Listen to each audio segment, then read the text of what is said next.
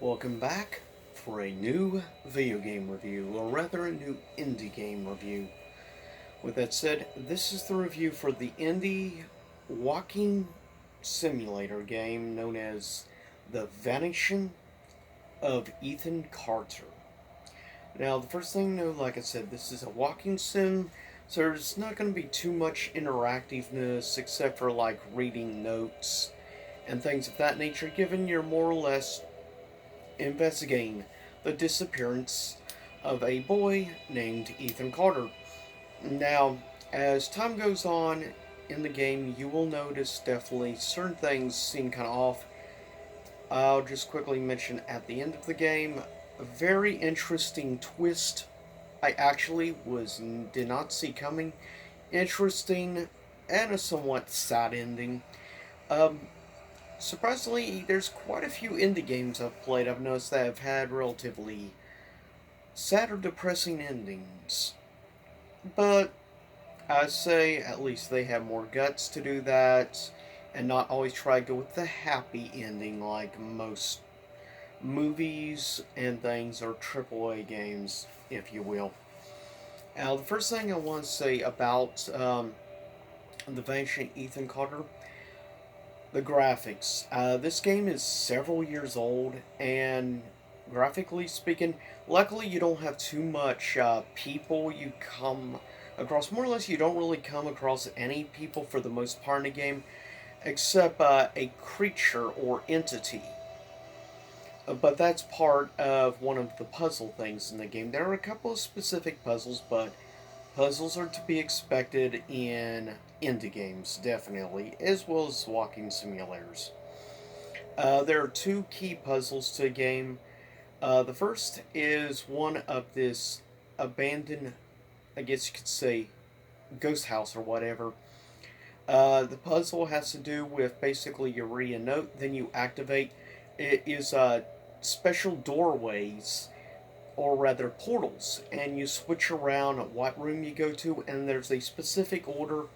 It took me a long time, a good length of time before I figured it out through trial and error, but finally figured out the pattern and was able to get through the maze in order to get the next element and to solve a person's murder. Because there are multiple people in the game, and you get a trophy for every person that you solve murder of, how that person died. But there are several puzzles, but this is definitely one of the two key puzzles in the game.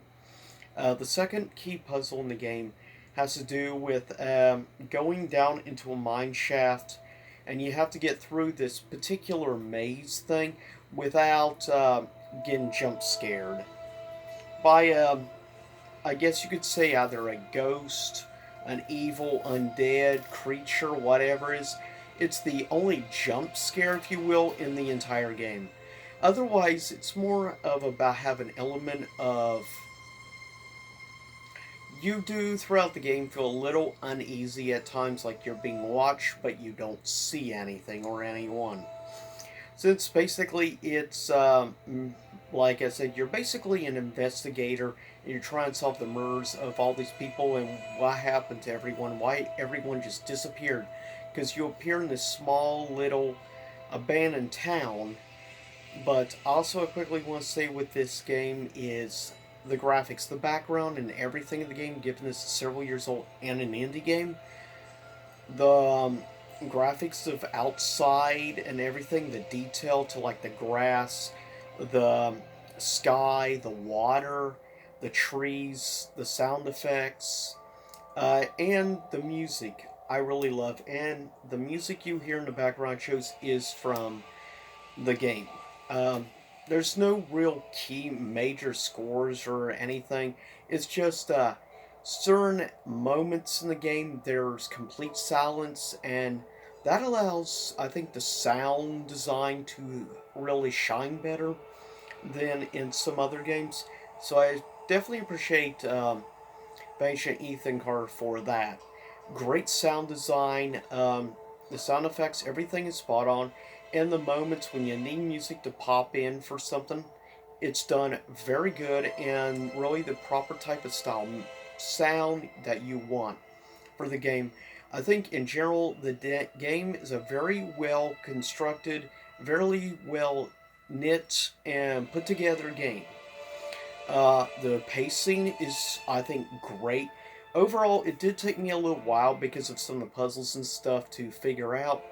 But at the end of the day, I took me around 3 hours to beat the game, between I'd say 3.5 hour range.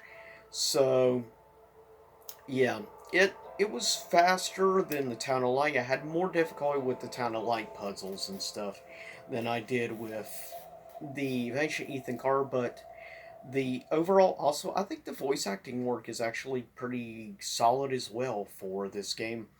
There's a lot of stuff, and it's actually not a super hard game to 100%. Uh, right now, I have like 90% of the trophies, and that's just from one full playthrough of the game. So, probably basically a second playthrough, you're guaranteed to get the last trophy, but there's no platinum, unfortunately. But with that said, overall, I think everything is solid, well done, constructed game graphically. Since you don't really have really anybody you come face to face, you see more or less like astro projections or whatever of the people when you're trying to place together everything mentally, the puzzle, and figure out how the death happened. But you also realize that what for a little while in the story they talk about like this great sleeper and stuff. There's multiple references in this game towards Cthulhu mythos, which I found quite fascinating and interesting. So at first I thought maybe it was going to end up with more of like an ending towards Cthulhu, but then towards the end got the swerve surprise like ending that came out of nowhere. I wasn't quite expecting it. I was expecting it to end up something different than it did, but still great nevertheless. I think the game is gorgeous. I recommend picking up. Normal price for this game is $19.99. Now you can get this game on sale a lot of times. I've seen it before on PSN and also on the eShop in the past on sale for like $5.99. For that price, I definitely recommend it. I think it's more than worth $5 or $6, no problem. Yeah, it's only about 3 hours, three and a half. First time for me. Um, if you're good at these type of games, you might beat it faster. Or once you beat the game first time, you know how to play it next time. You can probably beat this game under 2 hours, no problem. It's a relatively quick and easy game, yes, but I enjoyed the fun experience. I think for a walking sim game, this is probably, I would say right now, this is maybe my second favorite walking simulator game, right behind What Remains of Edith Finch.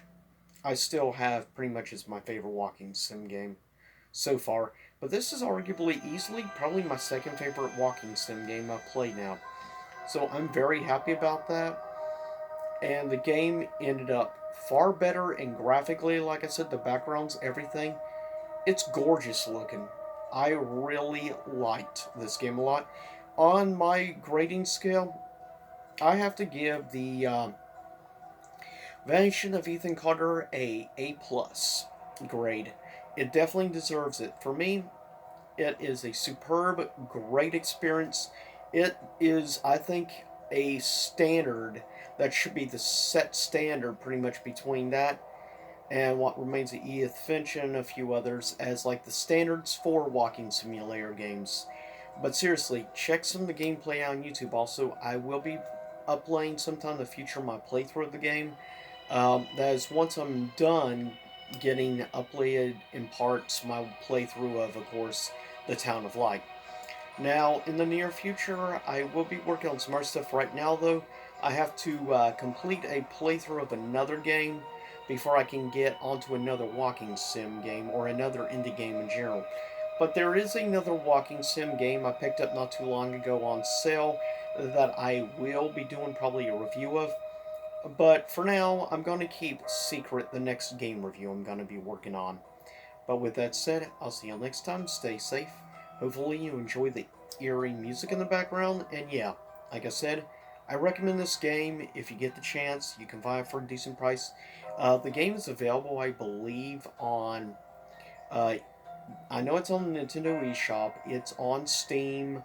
It's on PSN. I think it's also on the Windows Store, if I'm not mistaken. Don't know 100% on that, but probably is. But it's a definitely great game. If you want to support an indie game develop and want to have a good experience, I do highly recommend this game. It has a actually interesting story. But with that said, I'll see y'all next time. Same YouTube time, same YouTube channel, and stay safe out there.